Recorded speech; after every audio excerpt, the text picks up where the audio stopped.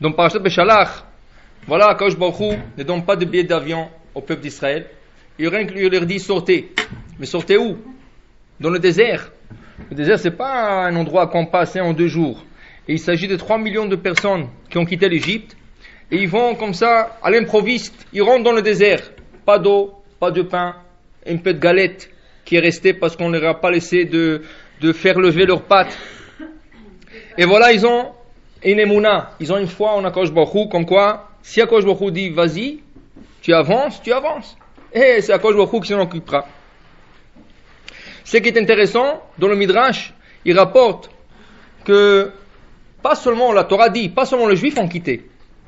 Il y avait tout un groupe qui s'appelle Erev Rav. Erev Rav, c'est des convertis, des gens qui sont convertis, des Égyptiens, qui sont convertis de peur. Ils ont eu peur de rester en Égypte parce que l'économie est complètement détruite. Tout le pays était détruit, avec tous les diplômes qui sont tombés en Égypte. Ils ont perdu beaucoup de membres de leur famille. Alors ils n'ont rien à perdre. Et voilà, ils suivent Moshe Rabbeinu. Combien il sort? 3 opinions dans le Midrash. Le peuple juif, on sait qu'ils étaient 600 000 hommes. 600 000 hommes, mais de 20 ans à 60 ans. Alors, si vous comptez tous les hommes qui étaient de l'âge 0 à 20, tous les hommes qui sont de 60 à 80 ou plus, les femmes, c'est ça? Tous les âges, vous avez 3 millions de personnes qui ont quitté l'Égypte, juifs. Et le Erev Rav, combien? Ceux qui ont accompagné le juif, Rabban Gamliel dit 1 million 200. 1 million 200 de Erev Rav, de convertis qui ont quitté l'Égypte avec le peuple juif. Vient Rabbi Akiva et dit non, c'est le double. 2 millions 400. 2 millions 400 000 convertis qui ont quitté l'Égypte. Troisième opinion, Rabbi Nechemia, 3 millions 600. 3 millions 600 Égyptiens convertis qui sont sortis en Égypte d'Israël. Alors, si c'est 1 million 200, c'est presque la moitié, presque 50%. Si c'est 2 millions 400, c'est presque 75%. Et si c'est 3 millions 600, ils ont dépassé le nombre de Juifs qui ont quitté l'Égypte. Et là, dans le prophète, on lit un passage qu'Akadosh Baruch Hu dit « Je n'oublierai jamais comment un peuple est sorti dans le désert. Il m'a suivi avec beaucoup de confiance. » Mais comment? Quel peuple? C'est pareil que nous. Il y avait 3 millions 600 encore. Ou même si on prend le plus petit chiffre, c'est 1 million 200 qui ont quitté. Alors, en quoi nous sommes spéciaux plus que les Égyptiens qui ont quitté l'Égypte? Alors, on va voir. Dans la paracha, il est marqué que, voilà, en sortant de l'Égypte, en vérité, la route est très courte pour aller en Israël. L'Égypte se trouve au sud, on monte un peu vers le nord, on rentre tout de suite en Israël. Seulement quoi? Il faut passer par un autre pays, Pélishtim, le Pélistin. La Torah nous dit qu'Akadosh Baruch Hu avait peur pour le peuple de leur faire passer par la route directe et courte, car le Pélistin, ils étaient prêts à faire une guerre. Le premier contact aurait déclenché une guerre et le peuple n'est pas prêt pour une guerre. La Torah nous dit Velo nacham Elohim deretz Plishtim, Akadosh Baruch Hu ne les a pas fait passer par la terre des Pélistins. Pourquoi? Vehaya birotam milchama, quand ils verront une guerre, veshavu mitzrayma, c'est sûr qu'ils vont retourner en Égypte.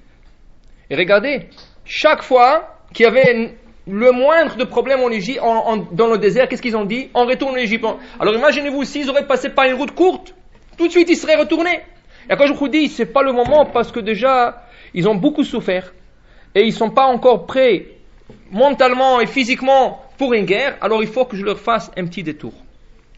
Et Akadosh Baruch Hu, il leur fait tout un détour. Par l'est, il faut aller par l'est, il faut aller par Moab, Edom, et ensuite ils vont rentrer en Israël. Maintenant, qu'est-ce qui arrive? Vous savez que quand il y a des gens qui font certaines actions, on n'est pas sûr. Est-ce qu'ils le font le Shem Shamaim, ça veut dire pour la mitzvah, ou ils le font parce qu'ils doivent le faire? Exemple, tu vas en voyage et tu vois quelqu'un qui est en train de poser le filim. Est-ce que toujours il pose le filim? Ou à cause qu'il est en voyage, il a peur, quelque chose lui arrive dans l'air, dans l'avion, ou quelque chose lui arrive en route, alors il a amené cette filim rien que de peur. Mais moi je ne peux pas le juger, je ne peux pas savoir qu'est-ce qu'il est cet homme, comment il est chez lui, comment il s'est conduit chez lui. Comment on peut le savoir? C'est des petits tests. Comment? Alors le commentateur dit, dans le livre Sha'ar Bat Rabim, il dit, imaginez-vous quelqu'un, 2, 3 personnes qui se trouvent en route. Et voilà, Un qui dit à l'autre, écoute, j'ai oublié mes téphilim, est-ce que tu peux me prêter tes téphilim? C'est ça? Et l'autre qui se pose la question, comment est-ce que tu peux oublier tes téphilim? Le téphilim, c'est la première chose, quand on arrange une valise, c'est la première chose qu'il faut mettre dans la valise, le téphilim. Ça veut dire que cet homme-là, pour lui, les téphilim, c'est pas important. Il a tout pris, tous les habits, tout le serviette, tout ce qu'il a besoin, et ça, le maillot de bain, tout ce qu'il a. Le téphilim, comme il n'y avait pas de place, il l'a oublié, il a fermé la valise, il est en route. Mais quoi, maintenant il va pas mettre les téphilim? Alors il demande à l'autre, tu peux comprendre tout de suite que cet homme-là, le téphilim, c'est pas important, parce que si ce serait important, il l'aurait mis la première fois dans la valise. L'autre, il lui dit à l'autre, bon, on va faire un petit échange. Toi, tu as oublié tes téphilim, moi j'ai oublié la nourriture. Moi j'ai oublié de porter manger. Alors est-ce qu'on fait un échange? Moi je te prête le téphilim pour mettre, et toi tu me prêtes à manger. Qu'est-ce qu'on doit comprendre de cela? Cet homme-là, c'est un homme qui est pratiquant, c'est un homme qui prie toujours, et pour lui, tout ce qui est matériel n'est pas important. Alors qu'est-ce qu'il a mis en premier dans la valise? Il a mis téphilim, il y a beaucoup de livres d'études, tout ce qu'il faut pour étudier, il a fermé la valise, il a oublié d'emmener le manger. Alors en route, il a réalisé. Et une troisième personne, il y a le deux. Il a et le téphilim et le manger. Ça veut dire pour lui, les deux sont importants. Et le téphilim, et d'autre côté, il ne veut pas oublier à manger. Maintenant, cette épreuve-là, cette machin-là, cette épreuve-là se passe ici dans le désert. Il y a des juifs qui quittent l'Égypte, 3 millions de juifs. Il y a des Erev Rav, il y a des convertis qui quittent avec le juif. Combien? 1 200 000 ou 3 600 000. Voilà, ils arrivent à un point que Hachem dit non. La route est courte par là, mais on va faire un grand détour. Qu'est-ce qui arrive quand Hachem dit ça? Non. Nous, on croyait qu'on va passer tout de suite en Israël, on va rentrer dans un nouveau pays, comme les Russes. Ils sont arrivés en Israël, on leur a donné de l'argent, on leur a donné tout. Ils ont pris de l'argent, ils sont partis d'Israël. Alors, ces Erev Rav là, ils croyaient, on va rentrer, on va tout prendre, et on est bien. L'Égypte est détruite, économiquement, on n'a rien à chercher dans l'Égypte. Mais quand Hachem leur dit, non, écoutez, on va pas passer directement, on va faire un petit détour. Non, un détour comment? Sans eau, sans argent, sans nourriture, où on va aller? On a des petits-enfants et tout ça. On ne peut pas risquer. Ils sont retournés en Égypte. Qui c'est qui a continué? Que les Juifs. Avec un petit groupe de Erev Rav. Mais ce petit groupe-là, vous allez voir, chaque fois qu'il y avait un problème dans le désert, c'est eux qui vont le déclencher. Tout le problème, le veau d'or, a été fait par eux. Chaque fois qu'il y avait une dispute pour l'eau, pour la viande, pour n'importe quoi, toujours c'était eux. Alors, tout le monde sont restés, 3 600 000, combien ils sont restés? Peut-être 100 000, même pas. Combien? On ne sait pas. Mais un très petit groupe qui a causé beaucoup de problèmes. Mais le preuve était là. Hachem dit, je me rappelle toujours du peuple d'Israël parce qu'ils m'ont suivi aveuglement. Dans le désert, ils sont sortis, je dis sortir, ils sont sortis, ils ont suivi. Donc, la Torah dit, pourquoi Hachem ne nous a pas dirigés par la voie de la Pelishtim? Derech Eretz Pelishtim, ki karovu. C'est une voie qui est proche, mais aurait causé beaucoup de guerres. Vous savez que le mot Derech Eretz en hébreu a deux sens. Derech Eretz, par la voie de la terre. Ça veut dire que le chemin, par la terre. Mais Derech Eretz veut dire aussi manière de conduite. C'est ça, comme on dit, Derech Eretz kadma la Torah. La manière de se conduire sur terre à avancer le don de la Torah. Qui veut dire, il y a beaucoup de gens qui expliquent faux. C'est pas vrai. Il y a beaucoup de gens qui disent, Derech Eretz kadma la Torah, c'est plus important d'être gentil qu'étudier la Torah. Parce que Derech Eretz kadma la Torah. Sois gentil d'abord, avant d'apprendre la Torah. Mais c'est faux, c'est pas l'explication. Derech Eretz kadma la Torah veut dire, quand on regarde le parachute de la Torah, on prend le livre de la Torah, quand est-ce qu'on a reçu la Torah? Dans le deuxième livre, Parashat Yitro.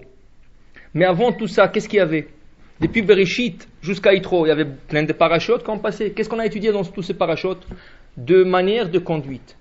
Avraham Avinu, comment il s'est conduit avec sa femme, Sarah? Comment il l'a respecté? Comment il s'est conduit avec deux nations du monde? Yitzhak était un homme pieux, un homme saint. Yaakov avec ses enfants, à la maison de Lavan, il n'y a pas triché. Ça c'est Derech Eretz. Tout ce que la Torah nous a raconté comme histoire Abraham, Yitzhak, Yaakov, Moshe, toutes ces histoires-là, jusqu'au don de la Torah, dans Parashat Vayitro, c'est Derech Eretz. C'est de manière de se conduire. Ensuite, on a reçu la Torah. Mais ça ne veut pas dire que tu dois être gentil avant d'étudier la Torah. Ça ne dit pas. Oui, le deux vont de soi, vont ensemble. Tu ne peux pas être quelqu'un qui apprend la Torah et faire des choses qui vont dégoûter les autres d'aller étudier. Ça aussi, c'est une punition là-dessus. Si tu fais dégoûter, tu apprends la Torah, mais tu fais des choses que les gens ils sont dégoûtés de la Torah, ça aussi, c'est grave. Mais ça ne veut pas dire qu'il faut d'abord être gentil après la Torah. Non, les deux vont ensemble. Et voilà, la Torah nous dit, Velonacham Elokim derech eretz Plishtim. Akadosh Baruch Hu ne voulait pas que le juif parte par les Plishtim. Pourquoi? Parce que malheureusement la culture égyptienne s'est collée aux juifs. Au point, dans la paracha de cette semaine, ils vont arriver en face de la mer. Et la mer va dire, moi je ne me divise pas pour leur laisser passer. Pourquoi? C'est des idolâtres. Et c'est vrai. Il y avait beaucoup des idolâtres dans le peuple.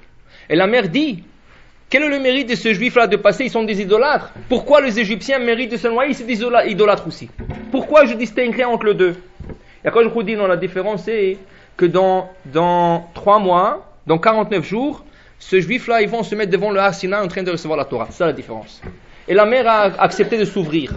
Mais pour vous dire, il y avait beaucoup d'idolâtres. Pourquoi? Parce qu'en 210 ans, ils ont pris beaucoup de la culture égyptienne. Il y avait des gens pratiquants, mais beaucoup déjà, ils ne sont pas circoncis déjà. Et Moshe les a forcés de circoncire juste avant de quitter, mais ils avaient déjà des coutumes égyptiennes.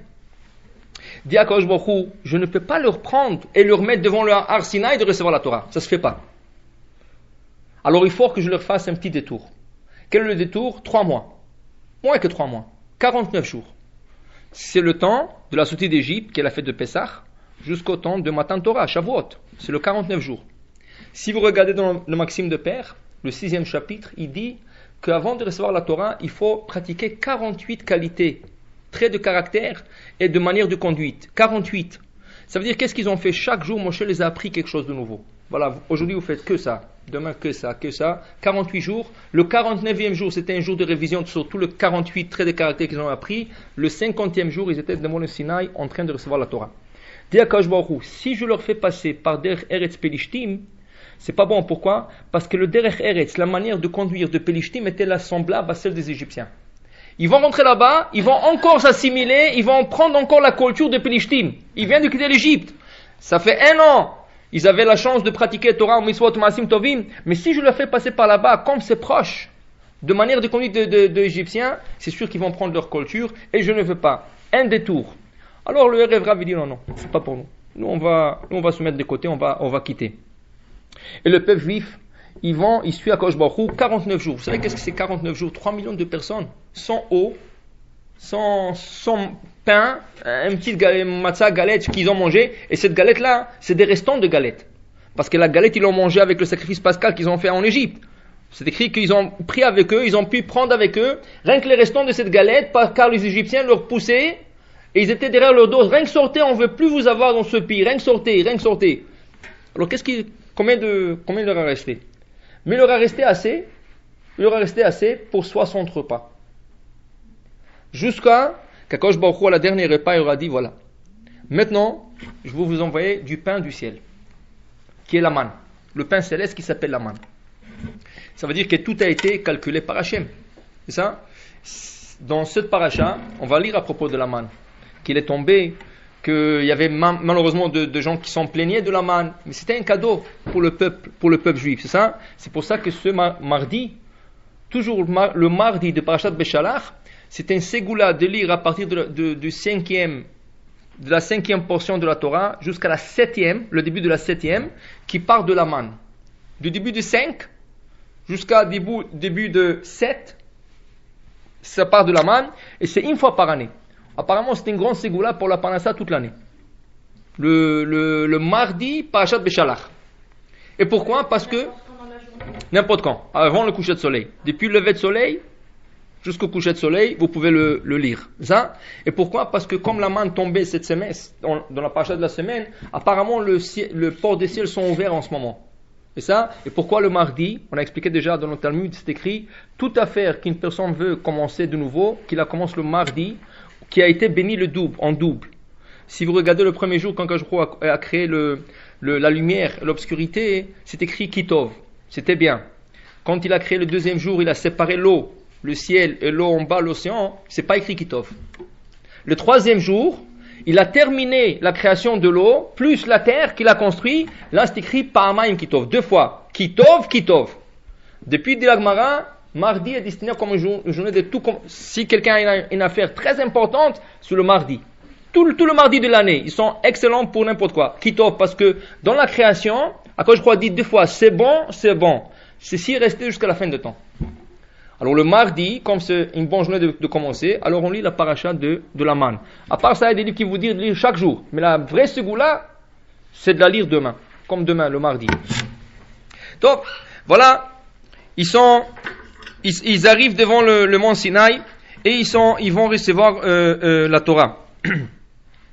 Maintenant, ils arrivent aussi devant la mer. Et la mer, comme on a dit, ne voulait pas s'ouvrir. À la fin, Akadosh Baruch Hu l'a ouvert. Mais quand Akadosh Baruch Hu a ouvert la mer, c'est pas rien que la mer qui s'est ouverte. C'est le ciel qui s'est ouvert en même temps. Et ils ont pu voir des choses que la Gemara dit, même le plus grand prophète, Yecheskel ben Bouzi, n'a pas vu. Qui est quoi? Yecheskel ben Bouzi, il a vu le chariot céleste. Le chariot céleste, c'est la représentation divine d'Hachem dans le monde. Personne ne l'a vu. Personne. Sauf un prophète. Yecheskel ben Bouzi. On dit que la plus petite servante de Erev Rav qui a accompagné le juif, elle a vu ce qu'il n'a pas vu ce prophète. Vous pouvez vous imaginer? Qu'est-ce qu'ils ont vu? On dit que le ventre de mère devenait transparent pour que le bébé puisse voir la traversée de la mer. Et c'est pour ça que vous allez vous étonner dans la paracha, si vous avez remarqué, comment ça se fait que tout un peuple fait le même chant en même temps, avec le même mot qu'ils n'ont jamais eu la chance de composer, de réviser. Tout le peuple, dès qu'il a traversé, Az Yashir Moshe Ovnei Israël, voilà que Moshe, le peuple juif, ont commencé à chanter, et Tashira Azot. Tout est une chanson. Ils n'ont pas préparé. Tout ce qu'ils savaient dire mot pour mot, tous la même chose. Une prophétie. Alors ils ont vu des choses extraordinaires, parce qu'en même temps que la mer s'est ouverte, le ciel s'est ouvert. Ils ont pu tout voir. Ça, c'est une des explications que quand le ciel s'est ouvert, ils ont vu les anges. Et vous savez que les anges, ils ont un seul pied. Ils n'ont pas deux pieds. Et apparemment, la patte, leur patte de pied, c'est à l'image du sabot d'un veau. Le sabot du veau, c'est la patte des anges. Quand ils ont vu ça, ils croyaient que le veau, c'est quelque chose d'adorable, quelque chose d'important. C'est de là qu'ils vont avoir l'idée plus tard, pas les juifs, les Erev Rav, de faire un veau d'or. Si les anges ont une patte comme le veau, comme des pattes comme des veaux, ça veut dire que le veau c'est quelque chose d'important. C'est de là qu'ils vont avoir cette idée de faire le veau d'or. Alors voilà, ils ont traversé, ils ont chanté, et ils continuent, ils avancent vers le mont Sinaï 49 jours plus tard pour recevoir la Torah. Maintenant, la question que tout le commentaire se pose, apparemment si quelqu'un vit de miracles comme ça, il doit devenir un grand sadique. Comme Sarah Amen, ou si c'est des femmes, comme Abraham vu, ou c'est un homme. Si tu as vu des choses incroyables comme ça, que le plus grand prophète n'a pas vu, tu dois devenir un grand sadique. Mais comment ça se fait qu'on n'en parle plus dans la Torah? On ne parle pas de cette servante, ou ce gens qui ont passé la mer. On ne parle pas d'eux. On parle toujours de Moshe et Aaron. On n'a jamais vu que quelqu'un entre eux, 3 millions de personnes. Alors ils sont restés combien? 50 000 Erev Rav, 100 000 Erev Rav. Où est-ce qu'ils sont tous ceux-là? On ne le revoit pas. Là vous allez comprendre un autre passage dans le Talmud et on va revenir à cette question. C'est écrit que le roi Nebuchadnezzar, un jour était dans son palais et devant lui, il y a tout un spectacle, deux os qui se promènent comme ça dans l'air, ils se tapent une contre l'autre. Mais ils disent, pas possible, pourquoi deux os comme ça qui sont en train de flotter dans l'air? Il dit, qu'est-ce que c'est ça? On lui dit, écoute, il y a un prophète maintenant, ce prophète Yecheskel, est en train de faire la résurrection de morts dans une vallée qui s'appelle Doura. Quelle résurrection de morts? Le prophète Yecheskel, il voulait savoir comment va être la résurrection des morts. Est-ce que c'est possible, quelqu'un qui est décédé il y a 100 ans, 1000 ans, on parle toujours de la résurrection des morts, comment est-ce que c'est possible? Quelqu'un qui est déjà de la poussière, complètement là, après je crois est capable de le reformer comme il était auparavant, c'était difficile pour lui de comprendre. Et Hachem me dit, viens, je te montrerai un échantillon. C'est quoi l'échantillon qu'il lui a fait? Il y avait 30 000 juifs qui ont quitté l'Égypte avant le temps. Ce sont de la tribu d'Ephraïm. Ils ont fait des calculs, et selon leurs calculs, il y avait une date où ils devraient sortir de l'Égypte. Alors les autres, ils ont dit non, c'est pas encore le temps parce que le Messie n'est pas là, c'était Moshe, il n'est pas encore venu, et ils ont insisté de sortir. Ils sont sortis, dans leur chemin, ils ont été attaqués par Pelishtim. Ce Pelishtim-là, qu'Akadosh Baruch Hu ne voulait pas passer le peuple, ils ont attaqué par Pelishtim, ils leur ont tué tous les 30 000, ils les ont jetés dans une vallée. Des années, ils étaient là-bas. Vous pouvez comprendre, ils étaient déjà des os, c'est de la poussière, rien. Akadosh Baruch Hu dit à Yecheskel, tu veux savoir comment va être la résurrection du monde? Viens. Parle à ces os. Parle. Dis-leur de se réveiller. Et Hachem dit, et qu'est-ce qu'il voit? Il voit des os se rassembler, se mettre en place. après que tous les os, il y a toute une squelette, il voit un peu de la chair qui est en train de monter, il y a, jusqu'à qu'il a vu devant lui 30 000 hommes. 30 000 hommes. Et tous, ils pleuraient tous. Pourquoi ils pleuraient? Ils lui ont dit, pourquoi tu as fait ça? Maintenant, on n'aura plus la chance de faire la résurrection avec le reste du peuple juif. Tu nous as fait la résurrection maintenant, ça veut dire qu'on n'a pas une deuxième chance. Alors il a dit non. Ça, Akadosh Baruch Hu m'a donné l'ordre de vous le faire, rien que pour voir qu'est-ce que c'est. Je n'ai pas pu imaginer comment est-ce que la résurrection des morts va être, mais sachez qu'il y aura une autre. Quand le roi Nebuchadnezzar, alors c'est les os qui tournaient comme ça dans le palais du roi Nebuchadnezzar, c'était quoi? C'était des os de ces hommes-là. Et en train de lui dire qu'il va voir 30 000 hommes qui sont réveillés de la poussière. Il était tellement fasciné, il a commencé à louer Akadosh Baruch Hu. Il a fait un chant. On dit que ce chant-là a dépassé le chant de David, le cantique de David Amelech. Le psaume de David, le Tehillim, ce chant-là a été beaucoup plus grand que ce qui a fait David. Seulement Akadosh Baruch Hu tout de suite a envoyé l'ange Gabriel, il lui a dit va lui gifler sur la bouche, je ne veux plus qu'il chante lui. Il est parti, il lui a giflé sur la bouche, il a oublié qu'est-ce qu'il voulait dire. Et la Gemara arrête là-bas. Le commentateur se pose la question, pourquoi? S'il veut te faire, Akadosh Baruch Hu, il veut te louer, c'est un goy, c'est non juif, mais ça fait rien. Akadosh Baruch Hu aime que tout le monde lui chante, tout le monde loue. Alors s'il veut chanter, pourquoi l'arrêter? Dit Akadosh Baruch Hu, dit le commentateur, comment? Vous croyez que David Amelech a composé son Tehillim en un jour, en un mois? Il a composé 70 ans. Chaque fois qu'il était dans un problème, il a composé un psaume. Ce problème n'était pas du jour au lendemain. Il était toujours poursuivi, il avait des problèmes, il avait des jours de joie. Ça lui a pris 70 ans. C'était tout un travail d'aller composer tout un livre. Mais ce gars-là, il est impressionné par des os qui sont en train comme ça de sortir dans l'air, de flotter dans l'air. Il est impressionné par 30 000 hommes qui ont la ressuscitation de mort. C'est sûr, c'est bien. Mais qu'est-ce qui va arriver le lendemain? Qu'est-ce que vous croyez qui va arriver le lendemain? Il va retourner être comme il a été avant. David Amelech, il s'est perfectionné de jour en jour. Dit Akadosh Baruch Hu, quelqu'un qui est impressionné par un miracle, ou quelqu'un qui est impressionné par un événement, c'est très bien. Mais sachez que le lendemain, il va tout oublier. C'est comme ça. Quelqu'un, chas v'shalom, il a eu un accident grave de voiture, il arrive le lendemain à la synagogue. Comment est-ce que je peux faire le gomel? Combien de tzedaka il faut que je donne? Tout ça. Tu lui parles Shabbat, quelques jours après, il a tout oublié. Ah bon, Hachem, c'est bien passé, c'est bien. Mais là, le jour là après, tu tremblais. Ouais, ça c'est le fait du temps. Le temps fait oublier. Alors, dis à Akadosh Baruch Hu quoi? Celui-là va me faire un livre, un chant, plus grand que le psaume de Tehillim, mais ce chant-là, c'était une impression d'un jour. C'est quelque chose qu'il a eu pour un jour. Mais le lendemain, il va retourner être Nebuchadnezzar, il va servir les Juifs, il va faire beaucoup de problèmes aux Juifs. J'ai pas besoin de ça. J'ai besoin d'un livre comme a fait David Amelech. Un livre que de jour en jour, il chantait à Akadosh Baruch Hu jusqu'à qu'il arrivait à composer tout un livre. Et c'est un livre qui restera à des éternités. Revenons à notre question. La servante, où elle est disparue? Cette servante qui a vu deux anges, cette servante qui a vu dans la mer, quand la mer s'est ouverte, elle a vu des choses que le navire, est-ce qu'elle n'a pas vues? Oui. Mais est-ce que cette servante-là a continué à travailler sur elle-même, à se perfectionner, ses traits de caractère, à se perfectionner pour aller recevoir la Torah? Pas du tout. C'était quelque chose de momentaire, c'est quelque chose que tu as été fasciné sur le champ, mais le lendemain, tout a été oublié. Tout a été oublié. De là, on comprend, une personne ne change pas du jour au lendemain. C'est vrai, il y a des gens qui disent, oui, moi je vais changer. L'exemple que j'ai donné aux hommes, très facile. Il m'a dit, comment? Il dit, oui, quelqu'un qui est fumeur. Tu lui emmènes 10 docteurs devant lui, et chacun va lui dire, tu peux mourir, tu peux avoir un trou dans le poumon, tu peux avoir tous tes poumons noirs et tout ça. Il a peur, le lendemain il prend une autre cigarette. Mais on va t'expliquer que c'est pas comme ça. Non, de changer, ça prend pas du jour au lendemain. Il faut se parler, il faut se perfectionner, il faut se travailler, il faut lire des livres, c'est tout un travail. Alors les gens ils croient, ça y est, moi je change. Il y avait quelqu'un que Rosh Hashanah, vous savez, Rosh Hashanah, le meilleur mode de changer c'est Rosh Hashanah. On te dit que si tu veux changer quelque chose, tu le reçois en mode du son de chauffard. Quand on sent le chauffard, c'est là qu'il faut que tu penses qu'est-ce que tu peux devenir mieux dans l'année qui vient. Il y avait quelqu'un qui s'est promis d'étudier 5 minutes par jour. 5 minutes par jour. Alors l'autre dit, 5 minutes? Tu aurais dit 1 heure, 2 heures, 5 minutes. Il dit, tu crois c'est facile pour moi d'étudier 5 minutes? Même 5 minutes c'est dur, mais il faut que je commence. Alors je commence par 5 minutes. Pourquoi je veux dire 1 heure, je ne veux pas le faire? De changer, c'est très difficile. C'est pas du jour au lendemain quand quelqu'un qui n'avait jamais l'habitude d'étudier, tu lui dis va étudier 1 heure. Ça va marcher 1 jour, 2 jours, 1 semaine, croyez-moi, après ça va être oublié. 5 minutes c'est beaucoup, mais il a dit je vais commencer par 5 minutes. Alors il y a des gens qui disent voilà, je change mon mode de vie, je vais devenir une autre personne. Ça marche pas comme ça.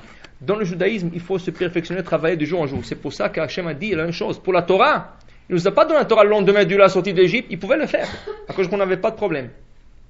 Même avec le détour qu'Hachem nous a fait, on aurait pu être en Israël en 11 jours. Au lieu de l'être en 2 ou 3 jours, on aurait pu l'être en 11 jours. Ces 11 jours ont terminé d'être 40 ans.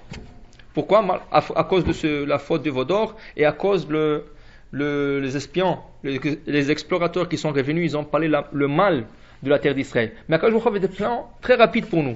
Mais seulement la Torah, Hachem dit, je ne peux pas donner la Torah à un peuple qui n'est pas prêt. Parce qu'ils étaient encore avec la culture égyptienne, ils n'étaient pas encore sortis complètement de cette domination. Dans ce cas, dit Hachem, il faut que vous travaillez sur vous-même 49 jours. Et qu'au 50e jour, vous allez recevoir la Torah. Alors c'est ça, on dit que quelqu'un qui vous dit qu'il a changé de jour au lendemain, mettez-lui à l'épreuve. C'est quoi l'épreuve? 3 tests. Il faut qu'il fasse 3 épreuves. S'il a passé ces 3 épreuves, vraiment il a changé. S'il ne les a pas passées, ça veut dire qu'il a beaucoup encore à travailler. Adam Nikar, une personne est reconnue, Kiso, Koso, Kaaso. Par sa poche, par sa colère et par une verre de vin.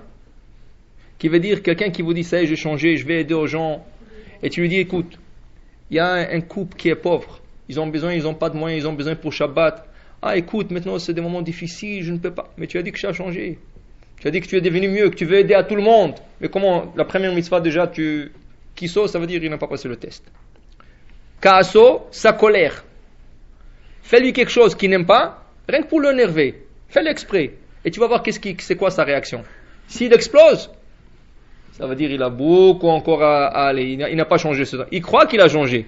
Parce que personne l'a énervé, alors il a dit ça y est, je suis plus là. Mais quand tu le mets à l'épreuve, ça passe pas. Voilà. Et Koso, donne-lui à boire du vin. Qu'est-ce que la Torah dit? Nichnas yain, yatsa sod. Tu rentres le vin, tout le secret sort. Alors il va commencer à dire tout ce qu'il a en tête. Alors pour dire que c'est très difficile de se dire, oui, on veut tous. Et il faut se dire, oui, je veux me perfectionner, je vais faire, mais il faut savoir que c'est pas du jour au lendemain. Ça prend des efforts, ça prend de méditation, ça prend d'études. Ça, la meilleure des choses, c'est lire des morales, lire des moussards. Il y a des gens qui n'aiment pas lire ce livre-là. Pourquoi? Chaque fois qu'ils lisent ce livre-là, ça leur démoralise. Quand il lit à propos de la colère, il faut pas être ça parce que la colère c'est mauvais, tout ça. Mais il sait qu'il est coléreux. Et quand il lit ça, non, il peut plus toucher ce livre. C'est trop. Et ça, tu lui parles de ne pas voler, il veut pas. Tu lui parles de pas. Alors des gens, c'est comme un rabbin. Il est venu dans une communauté. Alors on dit s'il vous plaît, on n'a pas quelqu'un qui nous dit Dvar Torah. Donnez-nous un Dvar Torah. Alors commencez. Alors commencez de faire un Dvar Torah sur Shabbat. Vous savez, Shabbat, c'est ça qu'on a le droit de faire, c'est ça qu'on n'a pas le droit. Il faut faire. Il dit non, change de sujet. Et pourquoi? Il dit parce que la majorité c'est pas Shomer Shabbat. Alors pas de quelque chose d'autre. Alors il parlait de la cacheroute. Vous savez, quand il faut manger cachère, il faut. Alors l'autre dit non, change de sujet. Il dit pourquoi? Il dit parce que la majorité ne mange pas cachère. Alors il commençait, tout ce qu'il veut commencer, il dit non pas ça. Il dit alors que de quoi vous voulez que je vous parle? Il dit parlons du judaïsme. Parlons du judaïsme. Qu'est-ce que c'est le judaïsme, tout ça? Alors ça veut dire que quand tu dis à quelqu'un de la morale, de leçon de morale, il ne veut pas écouter parce qu'il sait que ça lui touche. Alors tu es pas le. Mais c'est ça le travail. Notre travail, c'est comme le miroir. Le miroir, quelqu'un qui se met en face du miroir, et là le miroir lui montre que sa cravate est croche, ou ses cheveux ils sont décoiffés. Est-ce qu'il va casser les miroirs? Qu'est-ce que tu m'as montré? C'est ça? Tu vas montrer quelque chose que je n'aime pas voir? Non, je t'ai montré exactement qu'est-ce que tu es pour que tu t'arranges. La Torah, c'est la même chose, c'est le miroir. La Torah, quand tu lis un livre et tu dis ça c'est mauvais, et tu sais que tu le fais, ça veut dire qu'on veut que tu t'arranges. C'est tout. Mais ça vient pas du jour au lendemain. Des fois, au début, c'est très difficile de recevoir, et ça prend de la pratique, ça prend des leçons et tout ça, mais ça arrive. Et c'est ça, les gens qui veulent changer au jour, ou ça ou rien. Ou je change le lendemain, ça n'arrivera jamais. Si tu crois changer au lendemain, tu changeras jamais. Mais si tu crois le faire en étapes, oui. Tu le fais en étapes et doucement, tu arriveras à faire. Alors on dit que seule la Torah, c'est elle qui peut changer la nature et les traits de caractère des personnes. Des fois, c'est très dur. Le Rav Moshe Feinstein Zatzal, il disait qu'il était coléreux de nature. Il y a des gens qui sont coléreux de nature, surtout les gens qui naissent lundi. Ceux-là qui sont lundi, c'est la colère par l'excellence. C'est ça. Alors, c'est comme ça. Pourquoi? Parce que lundi, il y avait toutes des disputes dans la création. Il y avait des disputes de la création. Et il y a toujours des exceptions. Il y a toujours, mais comme règle générale, lundi, c'est des coléreux. C'est ça? Je vous expliquais, il y a des marades qui traitent toutes sortes de traits de caractère, mais par potentiel, le lundi, jeudi, c'est des gens qui cherchent à faire de chesed. Parce que les animaux ont été créés le jeudi, et Akadosh Baruch Hu, il leur nourrit par bonté. Alors, on dit que Rav Moshe Feinstein, lui, il était coléreux. Alors, il a dit qu'il a travaillé sur lui-même. Il a dit que ça lui a pris 13 ans de revenir au stade d'être un homme moyen. Le Rambam, le Mamut, explique bien. Il dit quelqu'un qui est coléreux, c'est comme une page que tu l'as pliée au bout, c'est ça, tu l'as pliée, elle reçoit maintenant une plie. Tu veux la replier, la redresser, mettre en place, il y aura toujours une marque. Qu'est-ce qu'il faut que tu fasses? Il faut que tu la replies l'autre côté au bout complètement. Et quand tu vas la redresser, là, le pli va se partir. Il y aura quelque chose qui restera, mais ça va rester droit. Même chose, quelqu'un qui a une mauvaise qualité en lui, et il sait qu'il est mauvais, elle est mauvaise, alors qu'est-ce qu'il faut? Il faut qu'il se plie de l'autre côté à l'extrême. Il faut qu'il soit extrémiste. À un certain moment, il va revenir à la moyenne. Et là, il peut être sûr d'être Benjamin, parce que c'est très dur. Quand quelqu'un il a acquis un certain trait de caractère, tu ne changes pas du jour au lendemain, à moins que tu travailles. Mais si tu ne veux pas travailler sur toi-même, ça prend tellement de temps, alors va à l'autre bout, ça va être plus facile. Il y a un ségoula aussi, mais ça peut-être ça ne nous applique pas, mais ceux-là qui sont moins de 18 ans. Ceux-là qui sont moins de 18 ans, le Noam Elimelech, le Noam Elimelech, il dit, tout celui qui a moins que 18 ans, s'il pratique quelque chose pour 40 jours, il est promis de ne plus avoir ce mauvais trait de caractère. Si pas dit, mais il est coléreux, et durant 40 jours, il se force de ne pas être en colère, il est promis de ne plus être en colère dans sa vie. Mais ça prend avant 18 ans. Si vous avez raté cette date, c'est un peu plus. C'est un peu plus, mais c'est un peu plus de travail, mais c'est faisable. Comment? Bon, alors Tachem, ça je voulais vous dire de la paracha. Alors on va, Tachem, le Shabbat c'est Chanukah, vendredi soir plutôt, et Shabbat c'est Tu B'Shvat. On va parler un peu de halachot de Tu B'Shvat.